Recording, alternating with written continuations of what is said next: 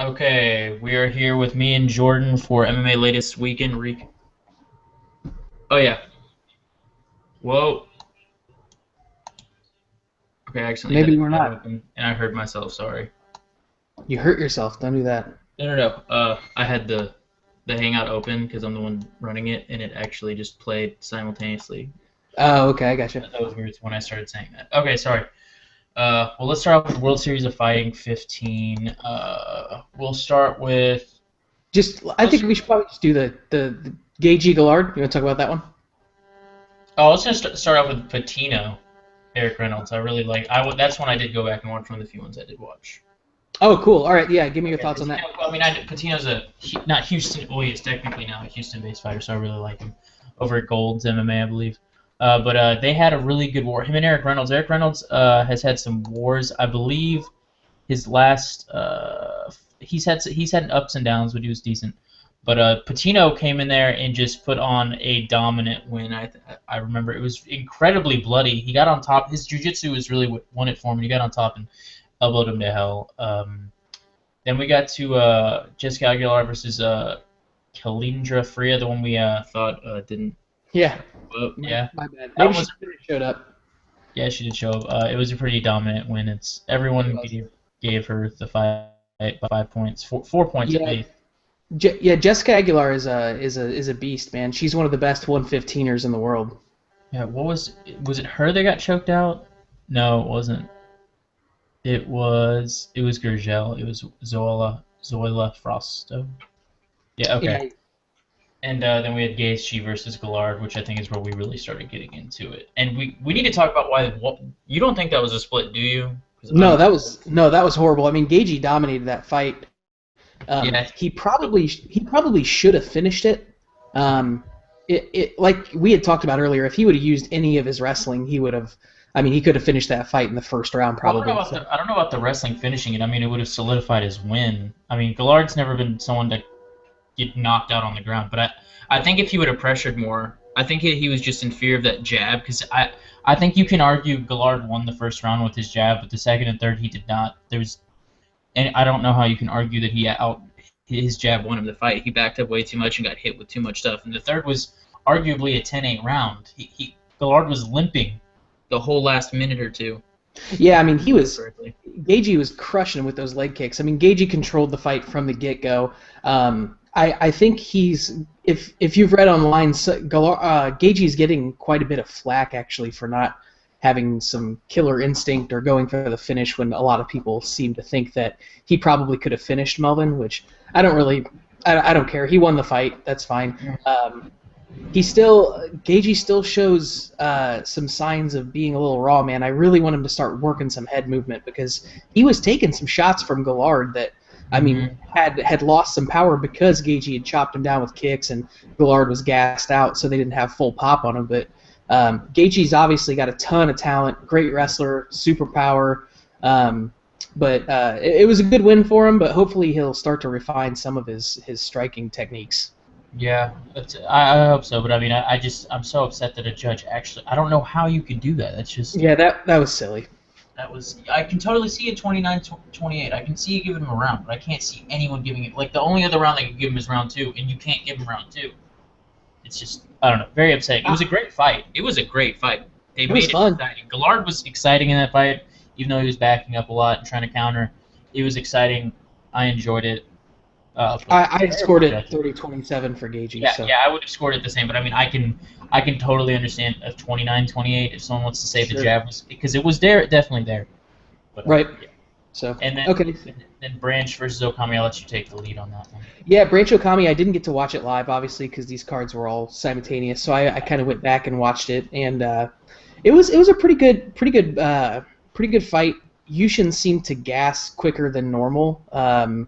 I don't know. I guess he is getting older. He's been around for a long time. So, but he looked good in the first round. He was kind of keeping Branch at bay with his jab, but Branch kind of started to take over in the second round, really even things up. He was able to actually. I thought Okami was just going to be a lot bigger and stronger and could just kind of put the fight where he wanted it, but Branch actually obviously he held his own. He ended up winning the fight, but he was able to control where the fight took place and landed a couple really good combinations and ended up TKOing him. So it was a good win for Branch. I think more than anything, it was really disheartening to watch Okami like that. He doesn't look like the fighter that he was even a year or so ago. So yeah, I agree. But I mean, he did get to implement that size strength advantage for a little bit. But Branch I think he set a slightly higher pace, and his striking just was a little bit higher level this time. I think he's jumped that level from where he was in the past. It was a good win for Branch.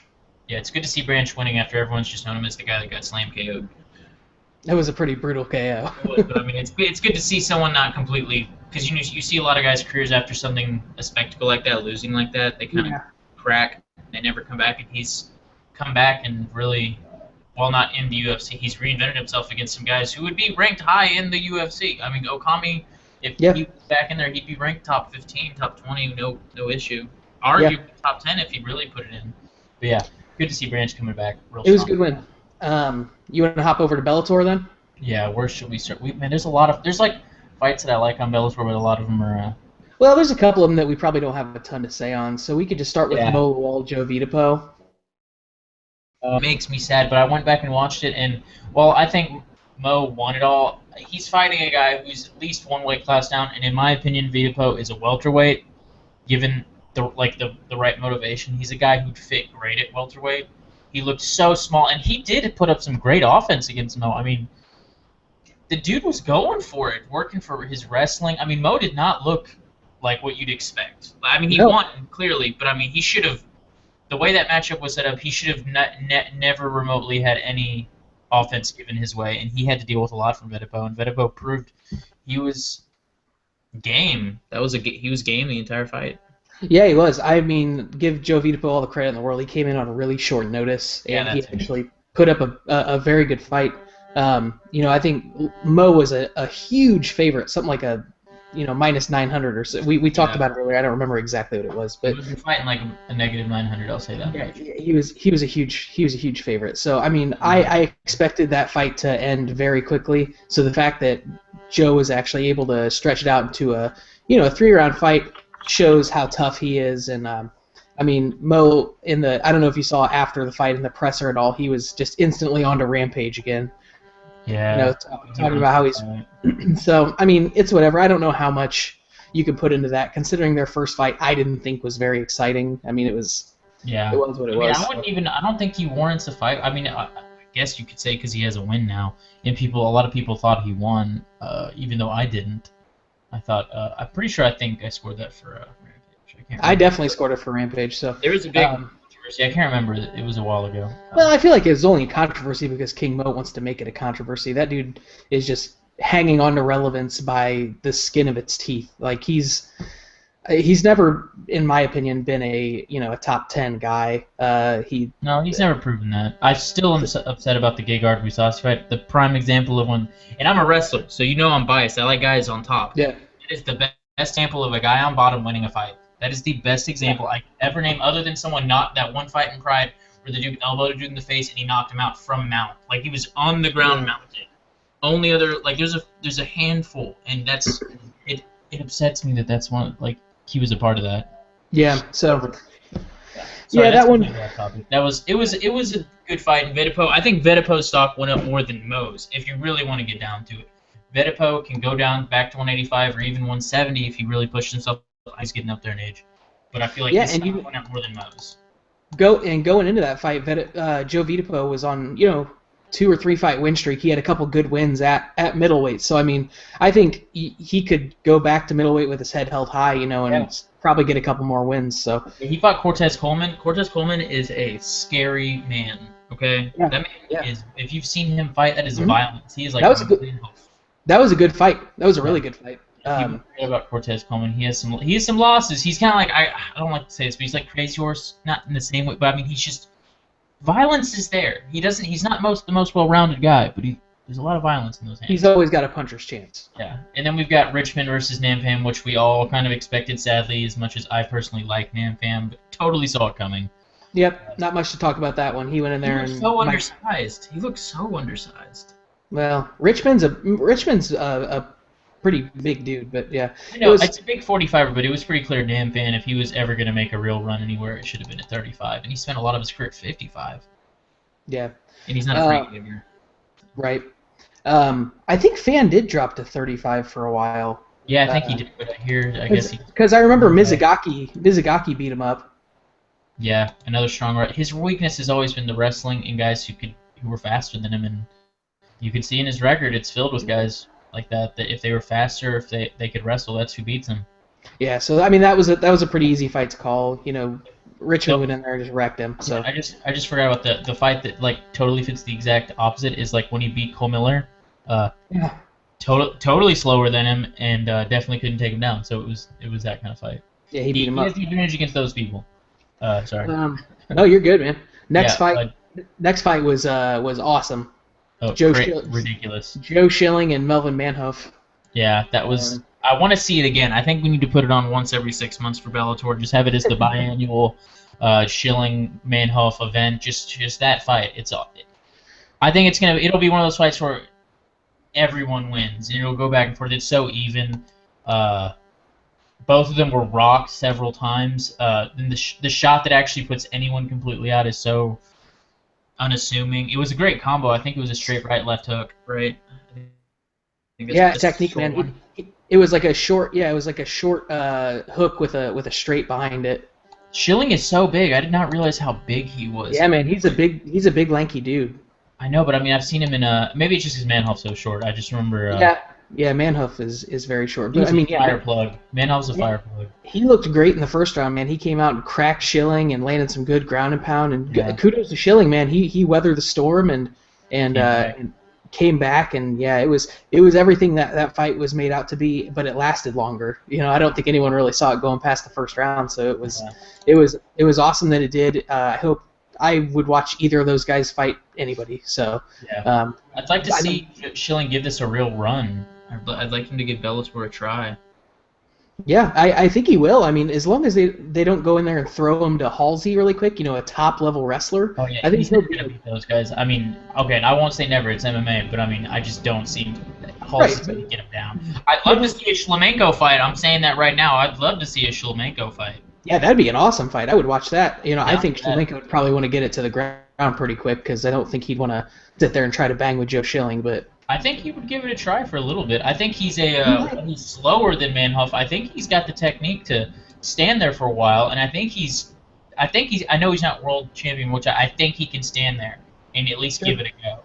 It would be an awesome fight. So yeah, I mean, both those guys. I think if we're talking about stock going up, stock going on, I think both those guys' stock went way up. I mean, Manhoef's not going to be a world champion at his age, but he's got that one-punch knockout power that he could beat anybody in the world on any given night, Yeah, he seemed a little tentative in there before and after he rocked him. I feel like if he would have just gone for it a few more times, he probably could have put Schilling to sleep. But if he can make it to 170, man, I'm not saying he's champ, but I can see him giving every person in Bellator's division a fight, even the champion.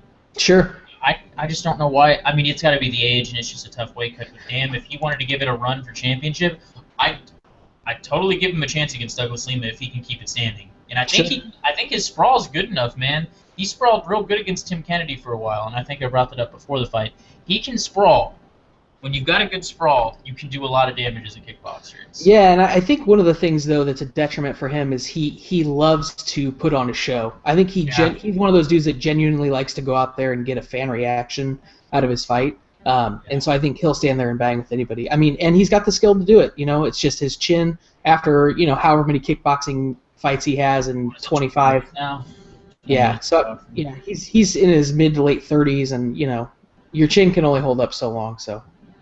Yeah. So the next fight was Will Brooks defending his title against Michael Chandler in a rematch. You guys were kind of watching this live, and I did not have it up live, so I had to go back and rewatch it. So, give me your thoughts on the Brooks Chandler rematch. It was one of those fights where I thought I forgot the round by round. It was close, but I think that not Michael Chandler, Will Brooks was bringing it on. I thought he was starting to win. I thought that overall Michael Chandler was landing bigger shots, but Will Brooks was coming forward. He was landing more shots, and I think he was moving better and controlling the fight a bit better.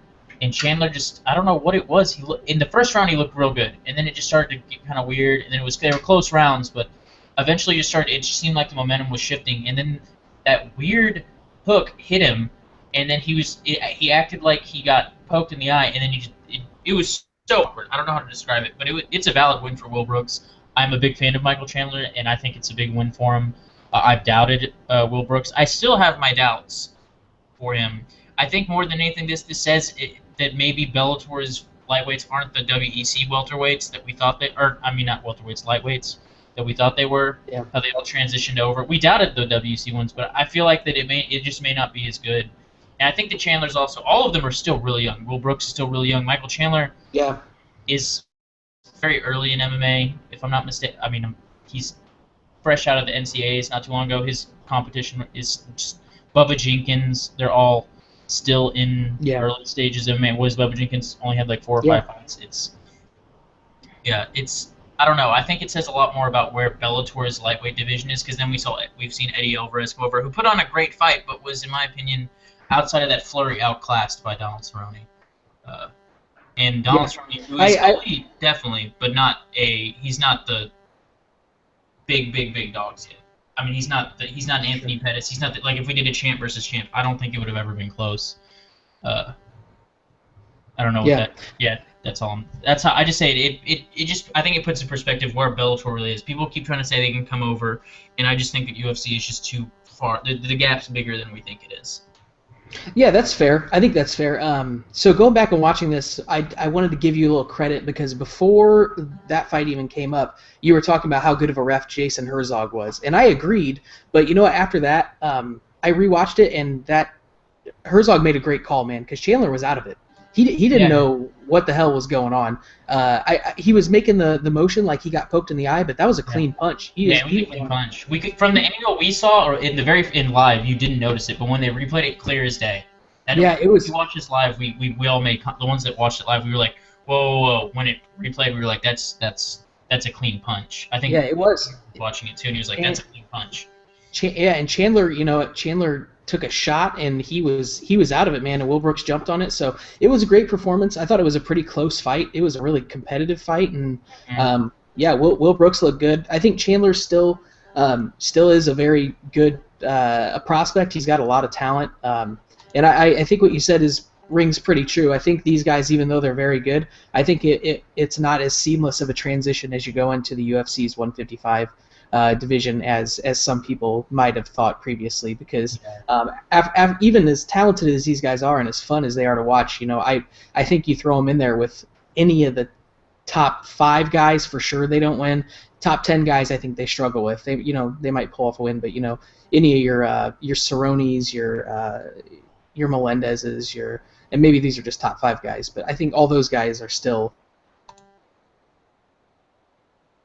Chandler are, but nonetheless, very good fight. Yeah, sorry, I thought you went out for a second. Yeah, we'll see a lot more with the Eddie Alvarez Ben Henderson fight, which I'm pretty sure is going to be a Ben Henderson domination. I think he's going to get him down and submit him. That's just my opinion, but I think that'll be a lot of telling. Maybe Eddie will prove us wrong. It'll be a good fight for sure. Yeah, so we'll see then. And then the final fight, we've got Ortiz versus Bonner. The freak show fight is more than it's sad. I don't want to discredit them because I like both guys and I'm happy to see them both getting paid. But like we were saying the whole time, totally irrelevant fight. While it was kind of fun, it kind of slogged on after a while and was just them banging, but like kind of slowly. But I mean, heart for both of them. I mean, they both went out there and fought their asses off. There was no quit in either of them. That's for damn sure.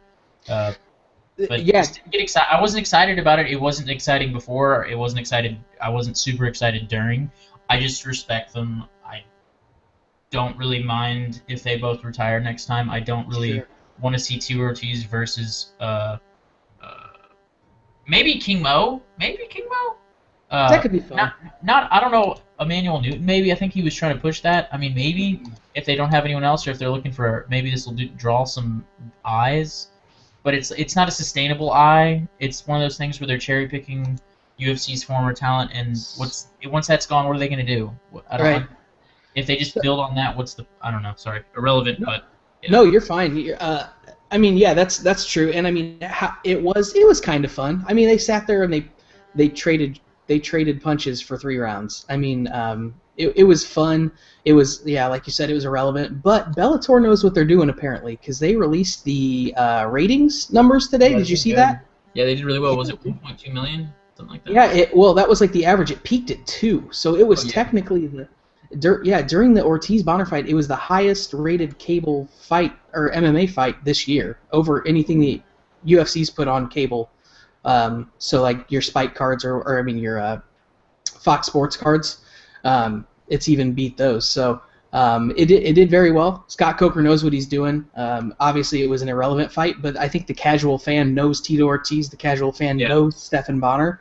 So they're going to tune in for that. And if they got to see, even if they got half of those viewers to watch Will Brooks versus Michael Chandler, hopefully they gain some new fans. So it is what it is. Yeah, I don't know what they do with Tito Ortiz moving forward. Maybe try to scoop up Tito versus Rampage. I don't know what you do with that, so who knows? I think a lot of it has to do with Spike is still a such more developed station for that age group and demographic compared to Fox Sports, which is still so small. I mean, I in the beginning I supported the Fox deal, and while I like it, I'm liking it less and less. And I see it needs to either move to a almost exclusive. I mean, they need to get away from FS2. It's I don't know why they're on FS2. I don't get that. No one has the station. No one has it. It's not building it. I'm not going to get it for fights. And I'm a super hardcore fan. If I'm not going to get it, who's going to get it? No, that's a fair point. Yeah, they need to. I don't know what they need. They need to move more fights to Fox. More fights to Fox, the main station. Less fights on FS1 and FS2.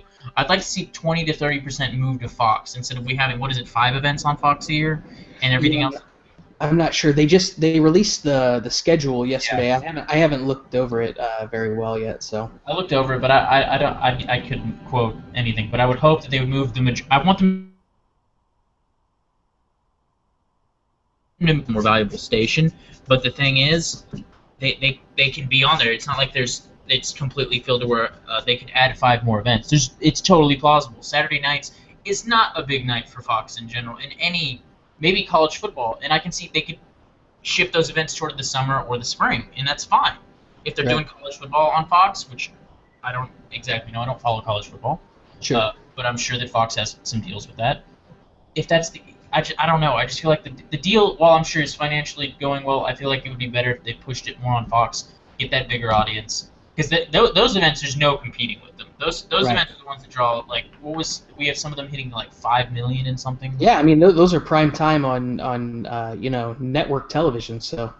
Yeah, that's what I'm saying. I want to see more of that. I feel like the UFC is getting the shorter end of the stick there, especially with FS2, where no one, I mean, you do better, you're doing better on Fight Pass, I'm sure. I'd have to say more people are probably using Fight Pass than are using FS2. Sure.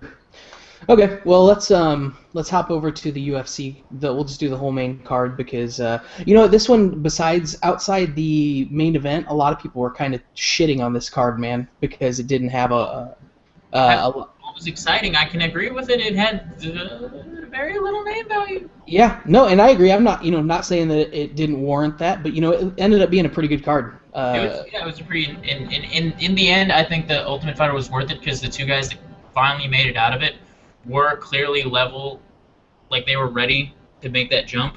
But it's one of those things where literally no one else, I think, is really ready. Maybe that one kid in the very early prelims. It feels like most just aren't ready.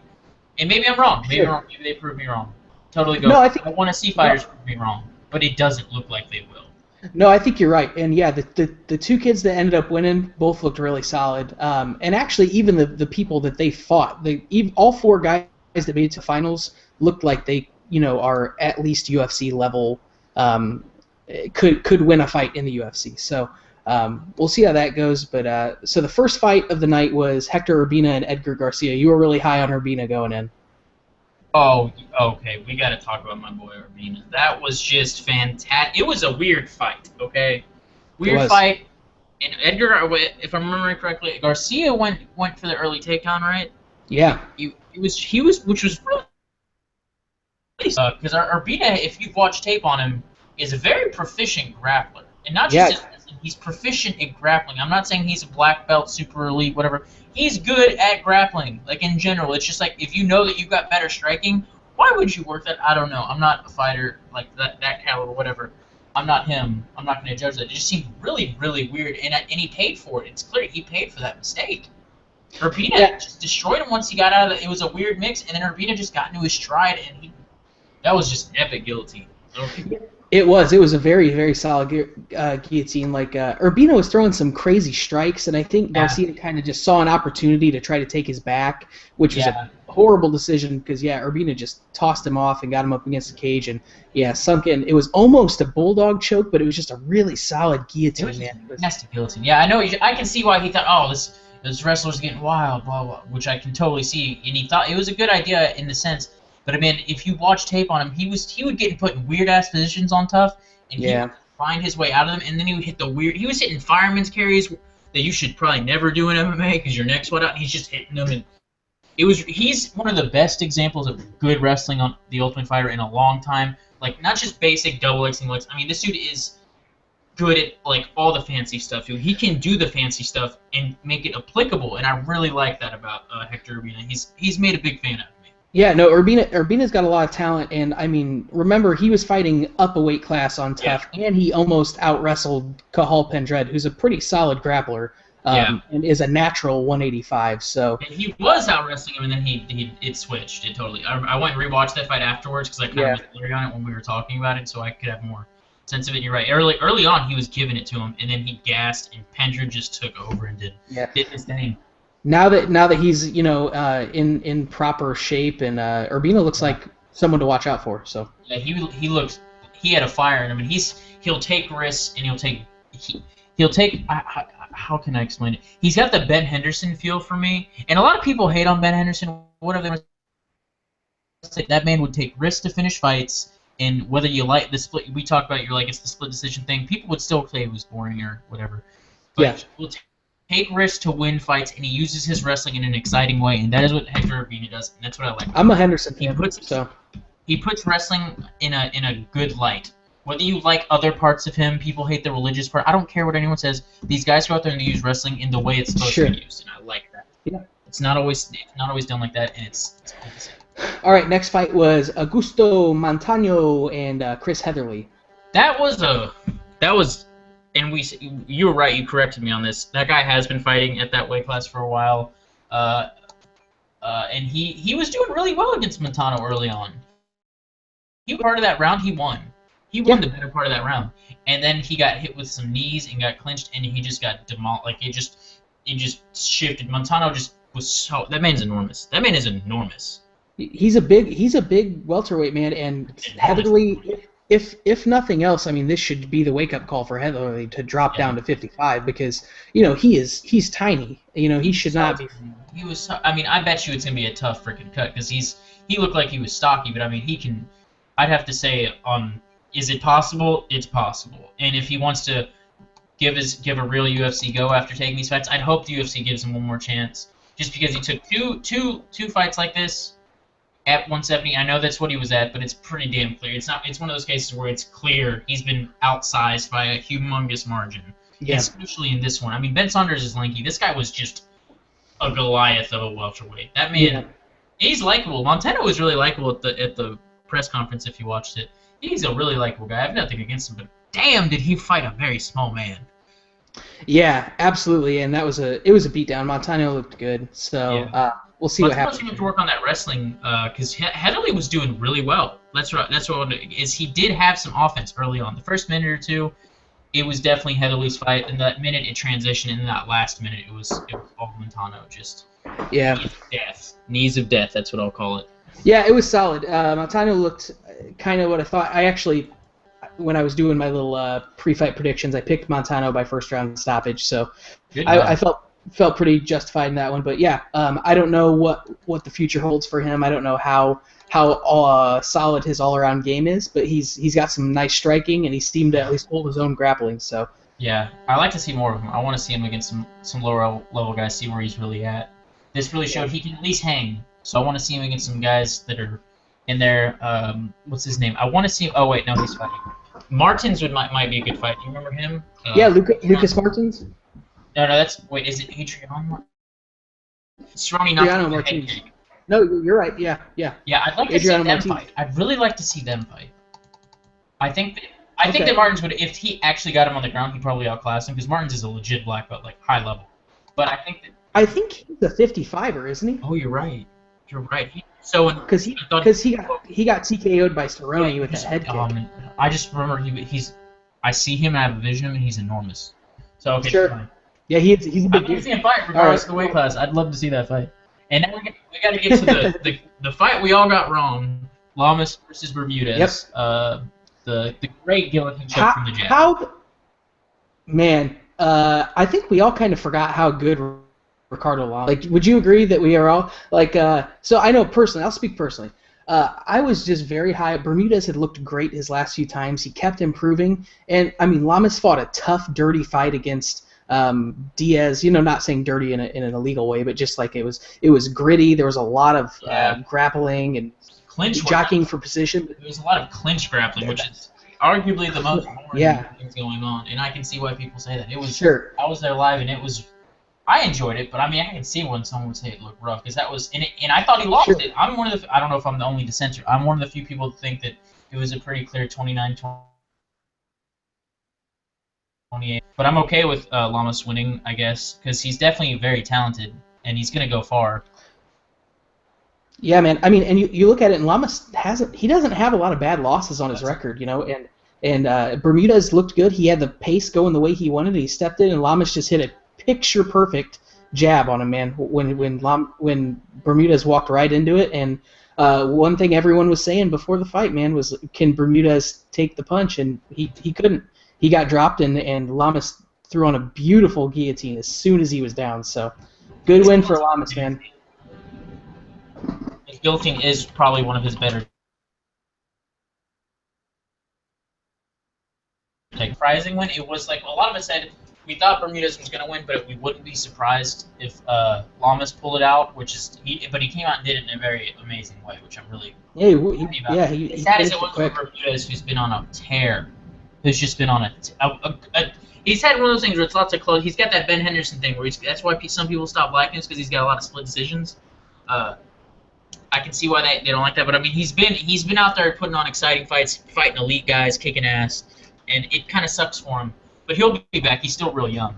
I think Bermudez could go to 30. I mean he looks not so small. He's again a fire plug Menhoff kind of build, but if he lost a little muscle, I could see him hitting 35.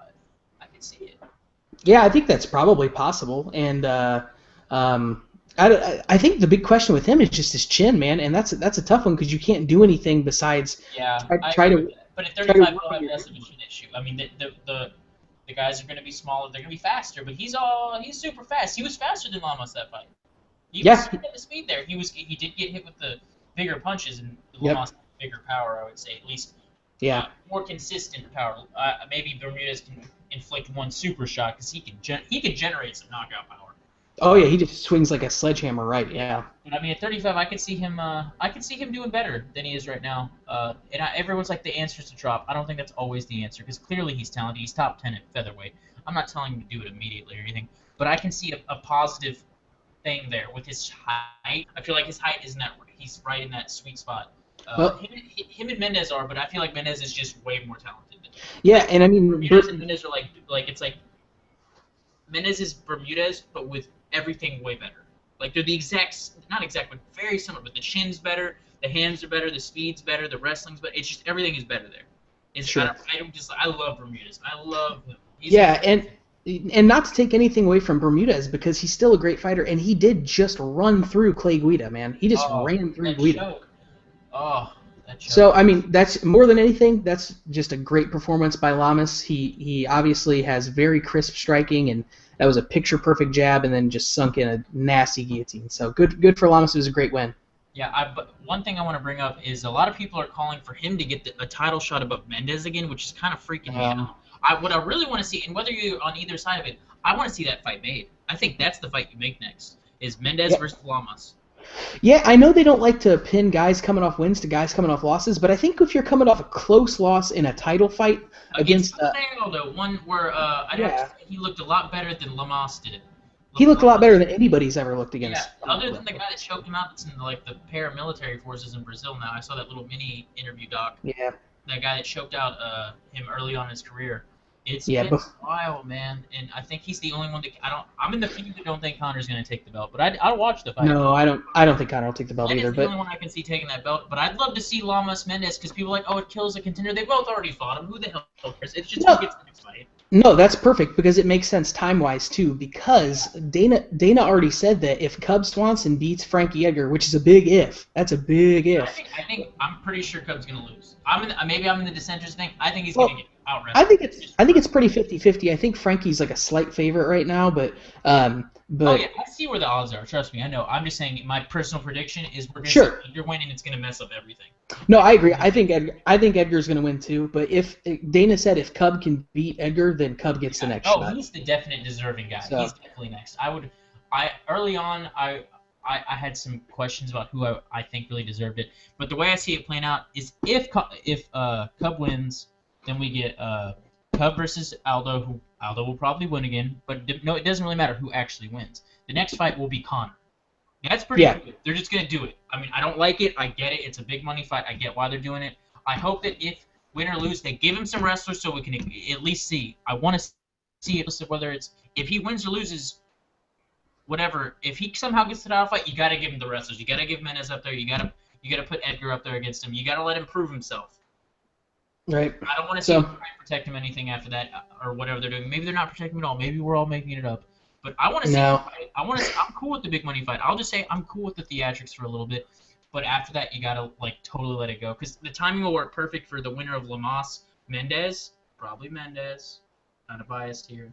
Like, I just think he's better. I think he's the clear number 2. It sucks. He's in that thing where he's like. We're getting off topic. Oh, sorry. No. I do that all the time from here. No, it's okay. It's easy to do, man. We're on what are we on the last 2 fights now? Oh yeah, we're on. It's okay. I went a little because I know we're getting at the end. No, it's all good, man. So next fight was Gastelum Ellenberger, and holy shit, Gastelum looked fucking. Proved a lot of us wrong. Or I mean, it was a close fight, but I mean, it was. It was a fight that I call it one of those fights that should not see that coming. We could see a Gastelum win. Did we see a first round submission coming? No, we did not. Oh, and you know what? I don't.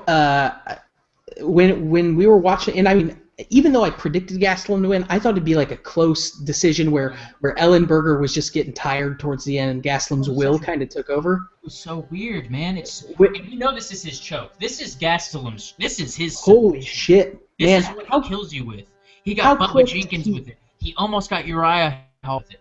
Who else has he gotten? I'm gonna check how many he's gotten these. Because when he gets on your back, I don't know what it is, but it's long guys have this thing where when they like the lanky guys when they get your back, they can just make you feel helpless. But what Gastelum does is he just squeezes you so tight, you die a little inside. It looks like. I think he's really strong. I mean, in Rick Story's fight, he looked like he actually looked a little bit weaker, which I mean. I think Story's strong as shit. He's super underrated. But let's check how many he's done it once. He's done 3 times. He's got 3 out of 10. That's almost 30% ratio of chokes, like of how he chokes people out is with the rear naked choke. Okay. And then Bubba Jenkins on the Ultimate Fighter, and I think did he submit someone else? I don't know. Bubba McDaniel. Yeah, Bubba McDaniel, but I think he got one more person on there before Uriah Hall because he just sucked a lot of people. Yeah, I think he TKO'd the next guy he fought. Yeah, he's super. I don't know how he does it, man. He's so talented. He's one of those guys that's really just got to be a super talent. Because this man, within a year, right from high school, he was just murdering people. Almost quits MMA, and he just blows everyone away. Like this is the kind of thing where he didn't do jiu-jitsu very long at all. I mean, this guy's a state champ wrestler in a state that, while is decent, is not in Iowa, is not in California, is not in Pennsylvania. It's not Oklahoma. It's like not one of those states that's like wrestling. It's good, but is it like it's just he came out of it, an elite of that area, and it's just insane to see. I don't know what's going on with this man. He's I've been a huge fan of his. I've had my doubts on and off, but I've always been a huge fan of his. Yeah, so I watched this fight I watched it 3 times because I watched it live. and then I went back and watched it a couple more times because I wanted to analyze how much of this was Ellenberger looking bad or Gastelum looking great, and I came to the conclusion that it was more Gastelum looking awesome, because Ellenberger, he wasn't looking tentative, man. He hit Gastelum with some good shots. Yeah, his striking looked on point that fight. It did, man. Gastelum just wore him. He just took him. He just took a couple shots and got in and took Ellenberger down. Only the second time in Ellenberger's UFC career that he's ever been taken down. And Gastelum took him down. Jiu-jitsu looked like that. I mean, I'm not saying that Gastelum. There's no fluke about this. He definitely proved he was better. It's just weird to see someone who's he's devoted himself very highly to the jiu-jitsu end of MMA. Ellenberger, the grappling end of MMA. Like he's fluent in Portuguese. Like this man is in it. And I mean, I know it's Gastelum's number one submission, but it's so surreal to see him lose like that. It was how quick, because Ellenberger got in and reversed it. You could see his wrestling acumen and his grappling acumen, because he hit a nice suplex on Gastelum, and then as soon as it hit the ground, man, Gastelum was already he's switching out, and scrambles have never been his best part, and that's something that some guys just inherently have, I think. And I mean, you can work on it, of course. I feel like my takedowns are my worst part, and then my scrambles are better. So you see guys that are different at it, are better than others. It just looked like Ellenberger didn't know what to do, man. It was like as soon as he hit the ground, Gastelum was on his back. That scramble, it's what it is that scramble. He came out the back door.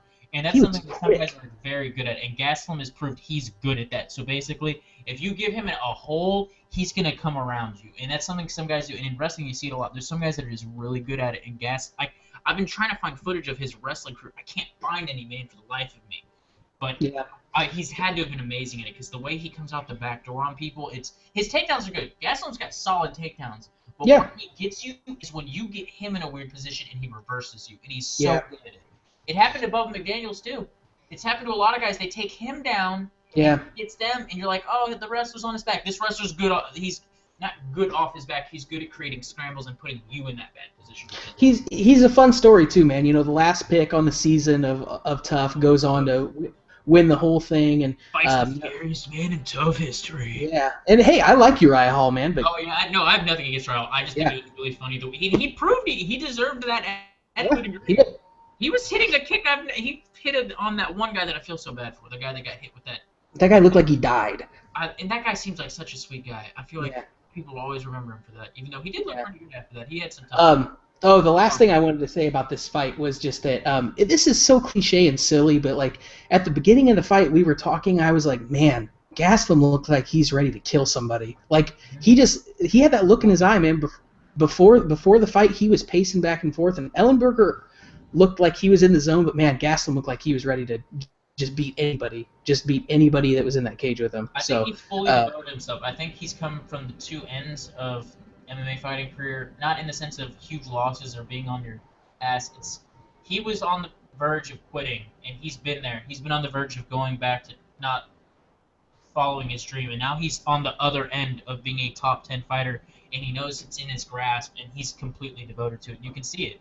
He doesn't have it. From what I've heard, he doesn't do a lot of partying or that. He's got the Rory McDonald thing, where he's like, I want to be champion. That's all I want to do. I have an opportunity, and I'm going to take it. And I really like that about him. He's not. I like the Conor McGregor thing too, but I really prefer the Gastelum. And it shows, and he's proving it against very, very good people. I said before this he was going to go into 55. He looked bigger. Pre-weigh-ins, different. At the fight, he looked bigger than Ellenberger, which surprised the hell out of me. I still think he can make 55, but my God, did he look enormous there. Well, he was having trouble making 170 his first time down. I think he's really gotten his diet under control now, and he's being, like you said, he's really focused, and he's a lot healthier. And, yeah, he's a good-sized 170, man. Yeah, that was... So, yeah, they announced today. Did you see him and Woodley? Gastelum Woodley. Interesting fight. I think that he's by and far the better grappler than Woodley. Woodley will be the better pure wrestler, especially in the pure takedown end of it. He should be the better there. That's how, from my experience, that's how I'm looking at it. Woodley will gas if he does not knock him out, and Gastelum has proved he will not gas. So it's basically, can Woodley put it on early, and if it goes to the ground, where do they end up? And how good is Woodley's scrambling looking? Because we haven't seen Woodley have to scramble. I Yeah, don't think we've had to see him in years, man. I've just realized that we haven't had to see him in like a scrambling position. It's all of his fights have been won or lost on the feet for the most part.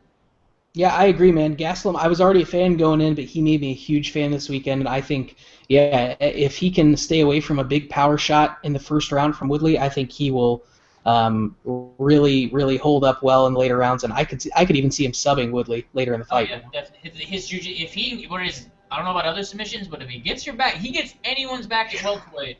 Yeah, Be look scared. out. Be Yeah. scared. That's all I'm gonna say. That's that man. Once he gets your back, and he does this choke so well. Oh yeah, kind of off topic. God damn, he's proven everyone wrong, and I like seeing it. And everyone Yeah. compares him to Kane. He is nothing like Kane. They literally No, look at very nothing. different. He's Very different. Latino, partially Latino, American. That's and wrestled. That's what they got going for him right now. Unless they're like, I don't think they're from the same area of Arizona, are they? I don't know. I don't know. I could say that's. I'll leave that up. I don't know. I don't. People say a lot, but their fighting styles are so different. I like them both. Yeah, I've seen that, but you're right. They're very, very different. So Wrestling and Latino. I mean, I guess you can put that degree, but I could say Brazilian, good at jiu-jitsu, and then I can name 50 fighters. And, oh my God, they're Brazilian. They like to work off their backs. right. Uh, So last fight was the fight that everyone was pumped about. Mark Hunt finally gets a title shot. What a fight! What a fight! Yeah, What a it fight was that awesome. made you go, whoa. Yeah. That was it. While it made a lot of people sad, I think both their stock went up. I think both of them. Oh yeah. I think that Hunt's gonna get a big fight after this, a big payday. They're both getting. Oh, fuck yeah, man. Hunt's gonna get another fight. He stopped the shots of Wardum, who obviously is not the best wrestler. We already knew that going in. And Hunt showed a lot. He showed a lot more physicality. And while we were live, I was talking about how Hunt was. I didn't understand why. Oh, I did understand. It was just surprising to see that Wardum could not move Hunt more. And I'm not saying he would be stronger, but with his size, I felt like he'd have at least a little bit. It'd be more even. And Hunt was able to move him a lot better. But he took the big shots from Hunt. People did not probably expect that. He took them and ate them, and he kept coming. He fell over, he slipped, got rocked, but he came back and he put a mollywhopping on him. Man, that was dead, nasty. Yeah, that was a phenomenal display by Verdum, man. He withstood a tough, that first round onslaught that everyone knew Mark Hunt was going to go out and just start swinging fists, man. And he and good on Hunt, man. He won that first round. He did. Yeah, he won the first round. It wasn't like a total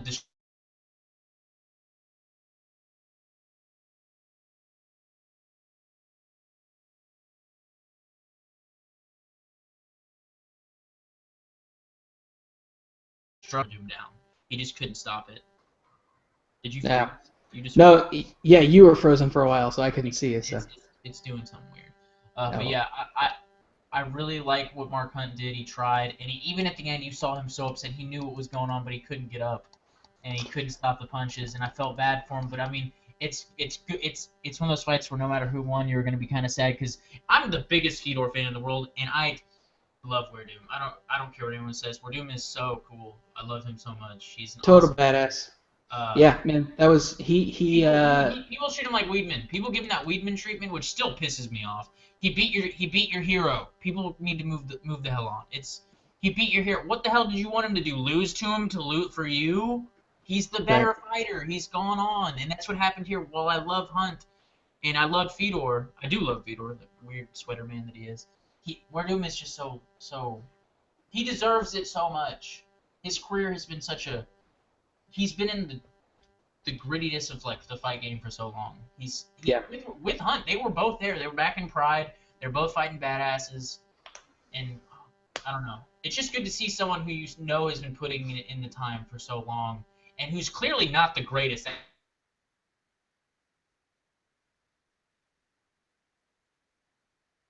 He just pulls some shit out of his ass and does flying knees that you've never seen him do before against probably the most deadly striker at heavyweight right now. Or no, probably JDS, but Hunt power-wise, no can. Yeah, I mean Hunt can knock anybody out. So I mean that was a great fight, man. Hunt went out there and he went out on his shield like you knew he would if he was going out. So I mean, he did not see that coming. You know he was like, we did not train for that shit. We did not train for flying. Hats off, man. Yeah, and Cody and I were talking on the Fight Companion that one thing Hunt does have to look out for is threw a lot of knees against Travis Brown, because Travis Brown would try to kind of push off when they would be in the clinch, and Verdum was throwing knees up the middle. Last so fights he's added to him, but that's just not something. I didn't think he was going to throw a flying knee. So. I mean, while he has started to throw them more as his career's going on, it's not something that you're like, that's what Verdum does. No, not at all. That's so the Verdum thing, and I mean, people be like, oh, well, he used to be the jiu-jitsu guy, and we kind of feel that. No, it's more like his striking it's just gotten so much better. Like you really started seeing it in the what was his name? The Chicago police officer, the one that knocked out Todd Duffy. I just forgot his name. Mike Russo. Mike Russo. I was gonna say Russo, but I couldn't think of his first name. Sure. Yeah. He's that guy. Yes, that was where you saw the difference. That is where you saw him elevate.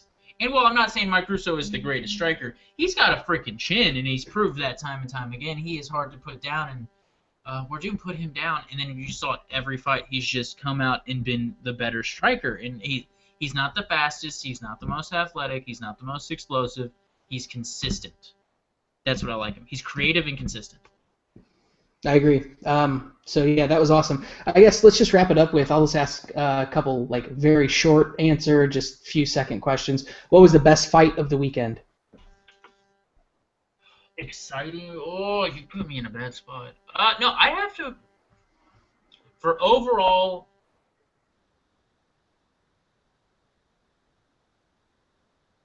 I believe it's It was. Is that his name, Montano? Sorry, Yair Rodriguez versus Morales. Oh, that was an awesome fight. That's probably the fight that I was the most exciting. I mean, it was a decision, so I mean, it had more time to be exciting.